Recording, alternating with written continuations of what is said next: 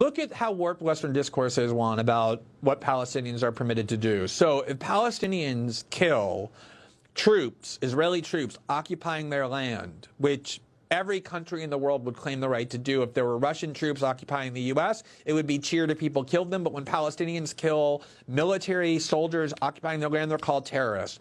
When Palestinians advocate a nonviolent boycott of Israel in order to pressure them to end the occupation the way people did in the 80s successfully against the South African apartheid regime, that's called anti-Semitism. When Palestinians nonviolently protest at the border, they're accused of being agents of Hamas who deserve to be slaughtered. The discourse of the West is that Palestinians have no right to resist or protest this decades-long occupation. They don't have a right to do so violently, and they have no right to do so nonviolently. The only thing Western discourse tells Palestinians they're permitted to do is to meekly acquiesce and submit to and obey the dictates of the Israeli government.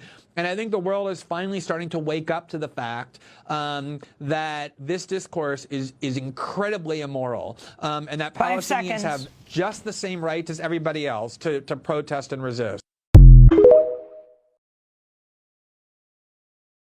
Could you imagine if the same thing happened to America that's happened to Palestine? If we were being pushed off our land and having it seized until we were trapped in an open-air prison like this, do you realize how many Christian nationalist militias there would be? Like Christian groups who take up arms to defend their homeland?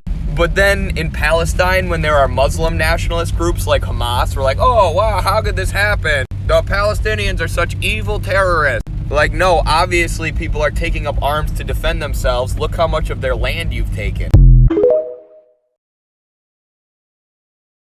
Take a listen to what Secretary Blinken said last year when Putin was targeting Ukrainian infrastructure.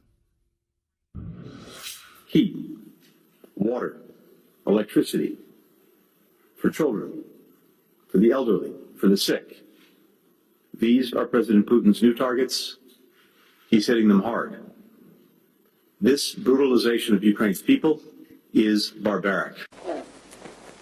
What Israel is doing is not retaliation. What Israel is doing is defending the lives of its people and, as I said, trying to make sure that this cannot happen again. And I think any country, faced with what Israel has suffered, would likely do the same thing.